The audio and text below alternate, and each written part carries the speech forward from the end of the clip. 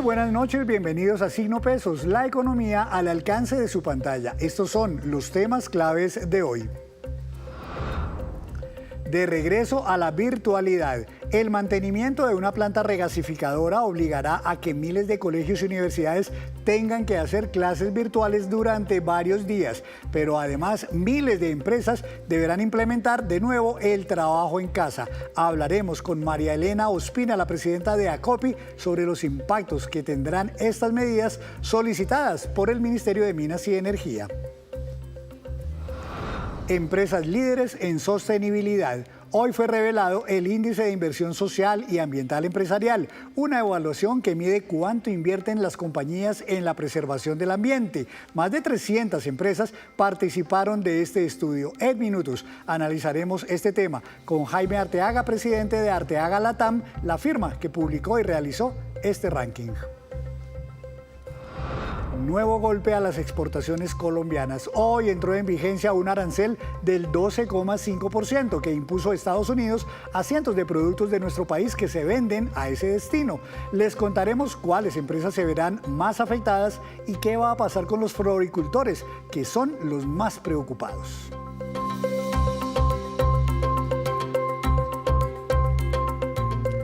Y comenzamos esta emisión hablando de la preocupación que hay en muchas de las empresas colombianas por una petición que le hizo el Ministerio de Minas y Energía a los ministerios de Educación y de Trabajo. Y tienen que ver esas peticiones con regresar por unos días a la virtualidad, como ocurrió durante un tiempo hace pocos años a raíz de la pandemia. Quiero saludar a la doctora María Elena Ospina, la presidenta de ACOPI, que es el gremio de todas las micro, pequeñas y medianas empresas en el país. Doctora María Elena, muy buenas noches, bienvenida a Signo Pesos.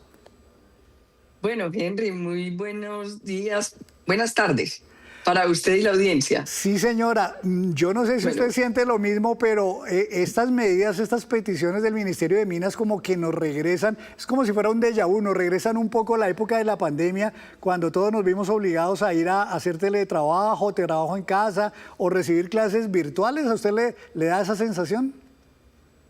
Claro que sí. O sea, esta propuesta o esta petición que hace el ministro hoy al ministro de Trabajo y al ministro de Educación, pues al Ministerio de Educación, realmente sí nos pone como, nos retrocede al momento de pandemia.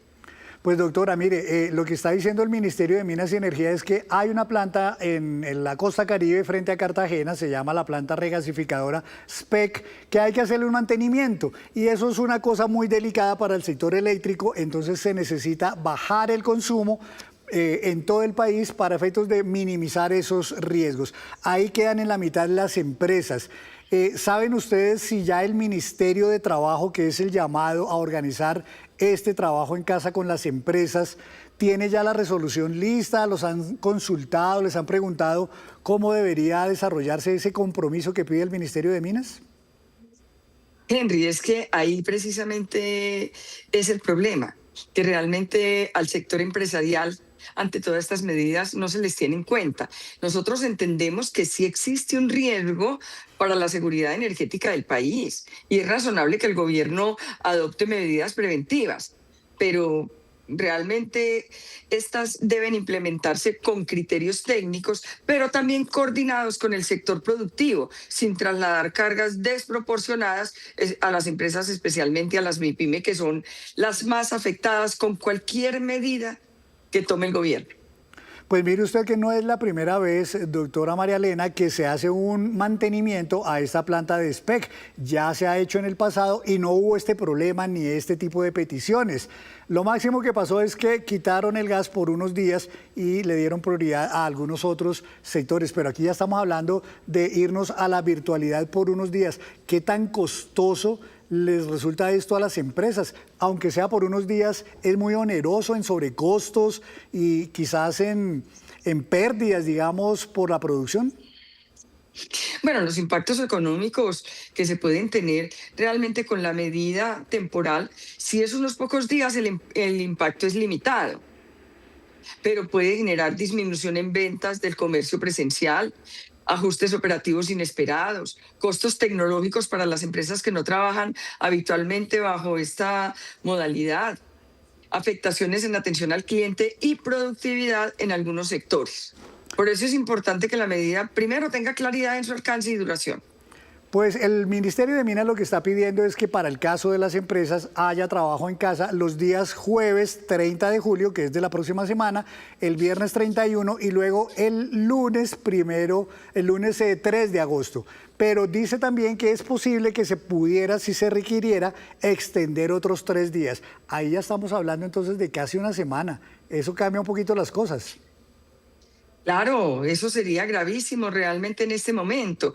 Y lo que pasa es que cuando se toman estas medidas se debe de concertar con el sector productivo porque no todas las empresas tienen la capacidad o la capacidad para trabajar desde casa. Esto sucede en algunas de los sectores que se puedan adaptar, pero hay otros que es muy difícil que se adapten. Entonces, por ejemplo, se pueden adaptar servicios profesionales, sector financiero, temas de tecnología, consultorías, actividades administrativas, digamos. Pero, digamos, hay temas o sectores como el manufacturero, el comercio minorista, los hoteles y restaurantes, la construcción, por ejemplo, el transporte y actividades que requieren presencia física, que obviamente no podrían adoptar esta medida. Pues mire, el próximo lunes se espera que el Ministerio de Trabajo expida ya, digamos, el plan que tiene en esta materia, porque así lo pide el Ministerio de Minas y Energía. No sabemos cómo se vayan a organizar, hasta dónde, cuál es el alcance, digamos, de la medida que van a ordenar, pero a manera de magnitud, cuéntenos cuántas micro, pequeñas y medianas empresas hay en el país y en qué sectores es donde más están distribuidas. Bueno, lo primero es que la micro, pequeña y mediana empresa, la MIPYME, representa el 99.5% del tejido empresarial del país. ¿Y cómo está dividido este tejido empresarial? La gran empresa es el 0,4%. Pero la mediana empresa es el 1.1%, la pequeña empresa está en el 4.2%, pero la microempresa está en el 94.3%. Entonces, ahí es donde nosotros siempre pedimos al gobierno y todo que se haga Zoom, porque el tejido empresarial colombiano está muy, muy, muy sectorizado en la microempresa. Y obviamente son las más afectadas con cualquier medida que se tome en el país. En cuanto a los sectores, pues tenemos el comercio. El comercio es un gran porcentaje de estas microempresas, los servicios, la manufactura, entre otros, ¿no? Hotelería y turismo, el tema de turismo también es muy fuerte en el país. Entonces, son básicamente estos sectores. ¿Ustedes esperaban en Acopi, doctora María Elena, que pudiéramos llegar a esto en este momento o los tomó por sorpresa esta petición que le hace el Ministerio de Minas al Ministerio de Trabajo? Bueno, nosotros hemos venido escuchando a las personas expertas o los gremios expertos en temas de energía en el país, que hay un riesgo de apagón en el país, y realmente hoy todavía estamos en esos riesgos. Existe un riesgo energético en el país que obviamente se tendrán que tomar medidas, pero lo que nosotros desde Acopi le solicitamos al gobierno es que cualquier medida no se tome unilateral y nos coja desprevenidos como ahora. Sabemos que existe ese riesgo, pero no que de un día para otro nos digan, no, es que mañana vamos a tomar estas medidas y afecten a miles de empresas en el país. Pues en este momento es cierto, estamos viviendo una coyuntura difícil en materia de sector eléctrico, pero la verdad es que no es la más grave. La más grave se espera que pueda ser hacia finales de este año o hacia el primer trimestre del próximo año. pensaría uno, si todavía no estamos en lo peor del fenómeno del niño y ya estamos viendo estos impactos, no me quiero imaginar, doctora María Elena, no sé usted lo que podamos estar viendo en el primer trimestre del próximo año. Sí, sí, sí, ese es un riesgo que tenemos ahí, que estamos esperando cuáles son las medidas que el gobierno va a tomar y bueno, esperamos que nos podamos sentar en las mesas a trabajar realmente en la situación y en las medidas, en la prevención y en cómo vamos a solucionar este problema que se viene, porque realmente el fenómeno del niño todos los meses que se vienen va a ser más grave y peor. Bueno, pues ojalá no salga el sector productivo del país tan perjudicado en medio de toda esta coyuntura y ojalá los consulten para efectos de que puedan ustedes también aportar a esta coyuntura sin que haya tanto perjuicio. Doctora María Elena, muchas gracias por estar en Signo Pesos, muy amable. Henry, muy amable, un saludo muy especial para todos los televidentes. Claro que sí, muchísimas gracias en ACOPI, la doctora María Elena Ospina. Hacemos una breve pausa, pero cuando regresemos espere la lista de los idiomas más difíciles de aprender en el mundo. Ya regresamos. Gracias por mantenerse conectado con Signo Pesos y hablamos ahora de empresas y de sostenibilidad porque acaba de ser publicado el Índice de Inversión Social y Ambiental Empresarial. Y quiero saludar al doctor Jaime Arteaga, presidente de Arteaga Latam y director del Índice de Inversión Social y Ambiental Empresarial. Doctor Arteaga, me complace que esté aquí en Signo Pesos. Buenas noches. Buenas noches, Henry. Do- Muchísimas gracias por estar acá. Doctor Arteaga, ¿qué es exactamente o qué mide el índice de inversión social y ambiental en las empresas? Nosotros llevamos 10 años evaluando cómo se hace la inversión social y cómo es la inversión ambiental, es decir, la inversión de las empresas en el desarrollo. Las compañías más grandes de Colombia hacen parte de esta evaluación.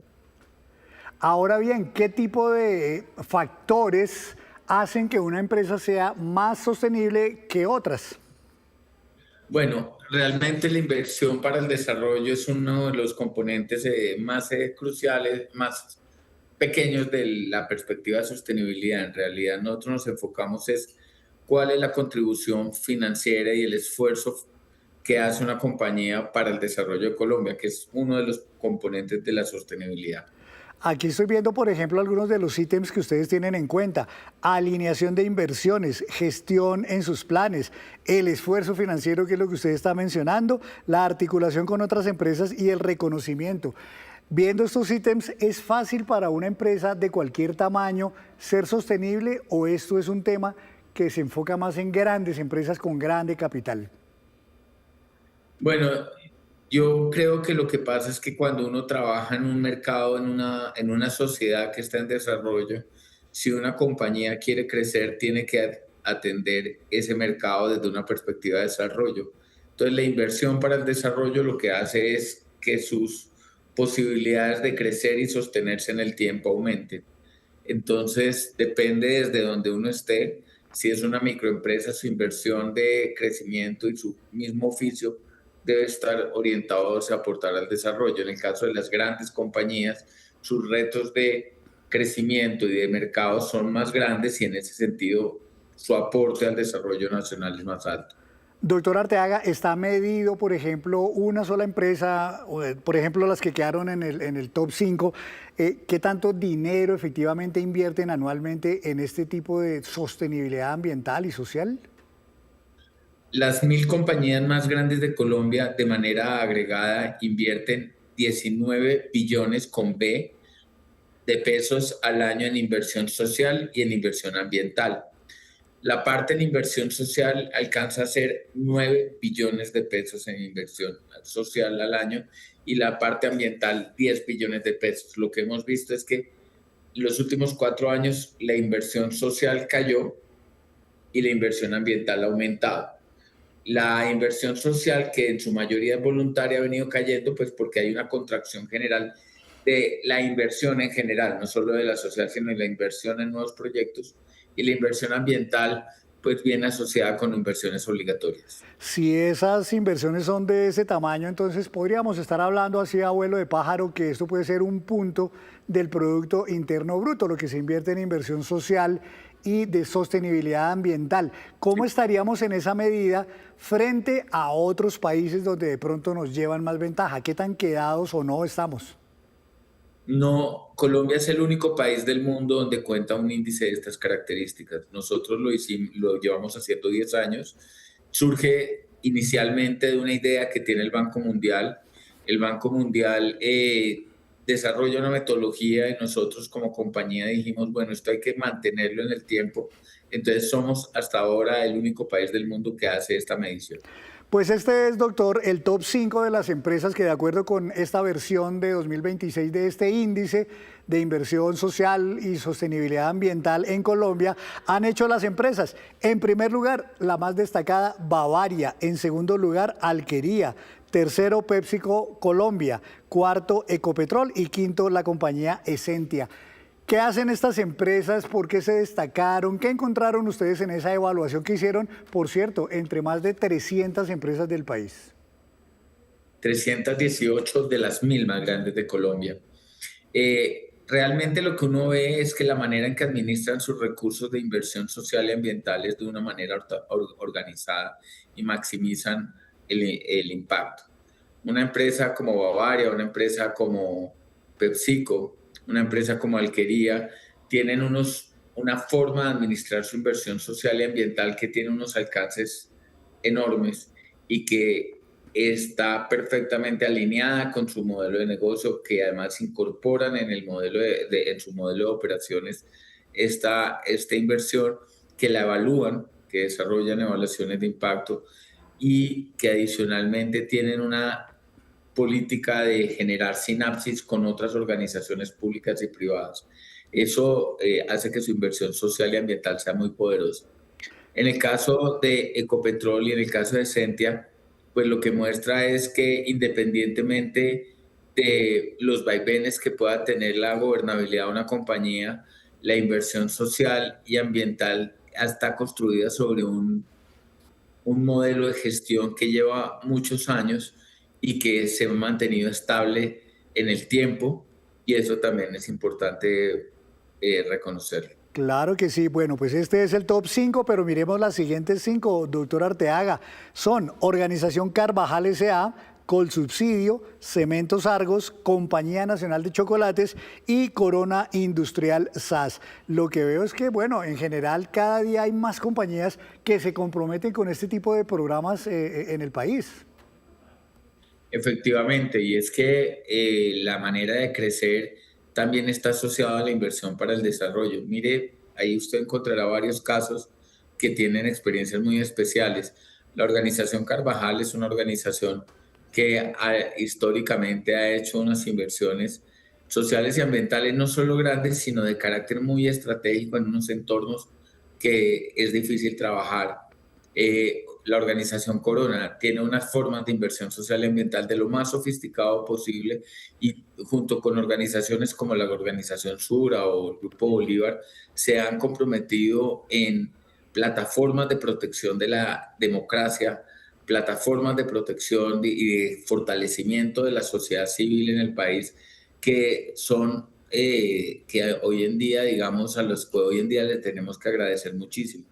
Entonces, no es solo generar una cantidad grande de inversión, sino que su inversión tenga un contenido y un retorno y un impacto de muy alto nivel. Claro, es que todo este tema no es solamente dinero, al fin y al cabo es un tema de conciencia por un lado, pero también de cultura, también de organización empresarial, de objetivos claros.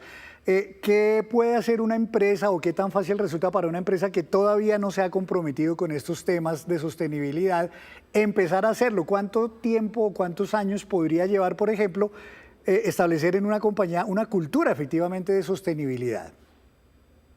No, yo pienso que para las compañías hoy en día hace parte de su modelo de negocio. La sostenibilidad en realidad tiene un principio en el cual es generar valor con la menor cantidad de recursos posibles y simultáneamente generar el mayor valor para el mercado al cual trabaja, de tal manera que ese mercado al cual trabaja, esa sociedad para la cual trabaja, sea sostenible y crezca. Es decir, no es una cuestión de filantropía, sino es un modelo de negocio en el cual yo produzco con alta rentabilidad en la medida que mi recurso, que mi efecto y demanda de recursos naturales o recursos físicos es bajo, y mientras tanto hago lo posible para que el mercado al cual sirvo crezca más y se mantenga más estable.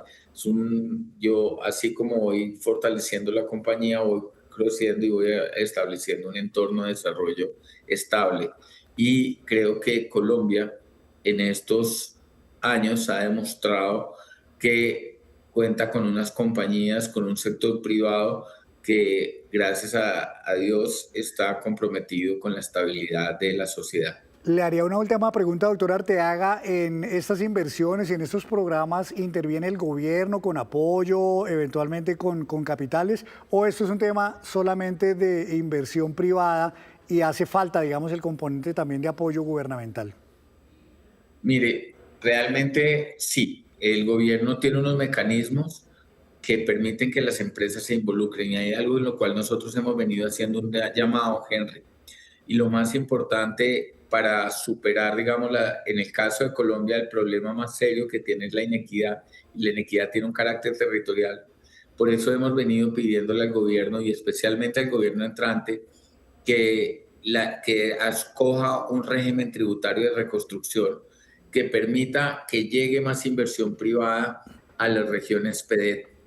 Puede que no le guste a un gobierno algunos elementos del Acuerdo de Paz del 2016. Puede que, por ejemplo, no esté conforme con la manera en que se ha desempeñado el Sistema Integral para la Paz.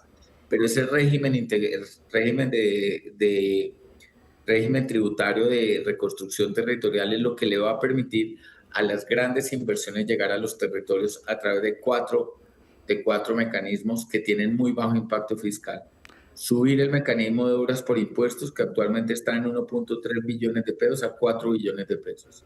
El segundo mecanismo es que las compañías puedan descontar de la renta el 10% de lo que compran en municipios PEDET. El tercer mecanismo que pedimos es que, en vez de utilizar el cupo fiscal en entregar beneficios tributarios para la compra de vehículos eléctricos en las ciudades, ese cupo fiscal se utilice para que los transportadores de los municipios puedan cambiar sus camiones. Cuando alguien se compra, por ejemplo, un Tesla, recibe cerca de 90 millones de pesos en beneficios tributarios, pero si tú vas a cambiar un camión de carga en San Vicente del Caguán, no tienes ningún incentivo tributario. Queremos que esos beneficios tributarios se vayan. Y finalmente, estamos pidiendo que para Buenaventura y Tumaco haya 25 años de exención de renta de IVA, como se hizo en su momento con la ley PAES y que permitió la industrialización del norte del Cauca.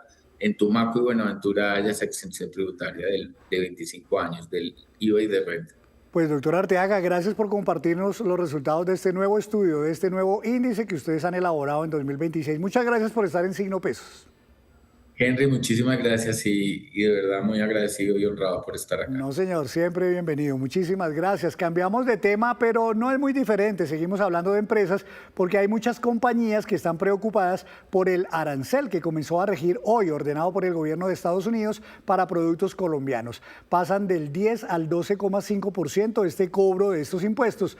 ¿Qué tanto afecta? Veamos las cifras y los sectores más perjudicados. En primer lugar, veamos las exportaciones de Colombia a Estados Unidos, o más bien al mundo entero, sumaron entre enero y mayo de este año 23.500 millones de dólares, pero solo a Estados Unidos suman 6.907 millones de dólares. Quiere decir que aumentaron 13,3% esas exportaciones a Estados Unidos en ese periodo, y también que Estados Unidos es el destino de prácticamente el 30% de los productos que exporta nuestro país.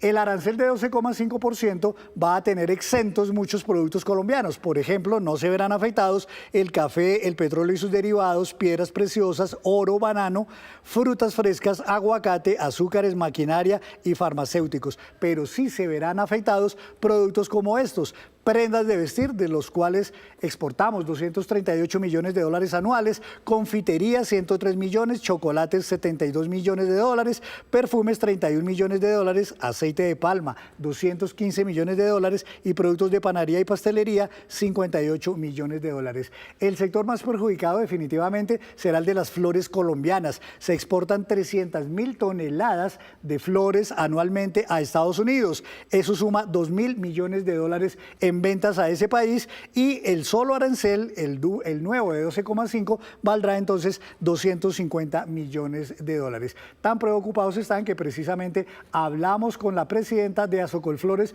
y esto nos dijo acerca de esta incertidumbre que tienen ahora. Dentro de los productos afectados, es importante decirlo, el gran peso lo llevan las flores. El 33% más o menos de los productos afectados son flores colombianas. Estados Unidos representa el 80% de nuestras exportaciones totales al mundo, es nuestro principal mercado y por supuesto un cambio de reglas de juego y de condiciones de acceso a nuestro principal mercado tiene un impacto importante en la industria. Si uno mira desde la perspectiva estadounidense, el 60% de las flores que importa Estados Unidos vienen de Colombia. Somos su principal proveedor. Esto no se trata de cifras de exportación, se trata del impacto social y económico que hay en el país, en Colombia, detrás de estas exportaciones. Este es un sector altamente exportador, el 97% de lo que producimos nosotros lo exportamos y son 240.000 empleos que dependen de este sector. De esos son 150.000 directos, 60% mujeres, la gran mayoría madres cabeza de hogar. La vía está dada, sabemos cuál es el camino, hay que tomar medidas para prohibir las importaciones con trabajo forzoso y confiamos en que el nuevo gobierno va a adelantar las gestiones como ya lo hizo la semana pasada con su contraparte en Estados Unidos en el gobierno, que son los encargados de tomar estas decisiones, pero también tomará las medidas muy rápidamente para preservar la competitividad de los sectores exportadores colombianos ante nuestro principal mercado. Y antes de despedirnos, los dejo con este dato. Estos son los idiomas más difíciles de aprender para una persona que habla originalmente en inglés. El japonés, se demoran 88 semanas en aprenderlo. Lo mismo que el coreano, el chino y el árabe. El idioma húngaro, para él requieren 44 semanas de aprendizaje. Y el español está mucho más abajo en esta tabla, requieren solamente 24 semanas para aprender español. Así terminamos por hoy, los esperamos en nuestra próxima emisión con toda la información económica que usted necesita saber. Esto es Signo Pesos, la economía al alcance de su pantalla. Feliz noche para todos.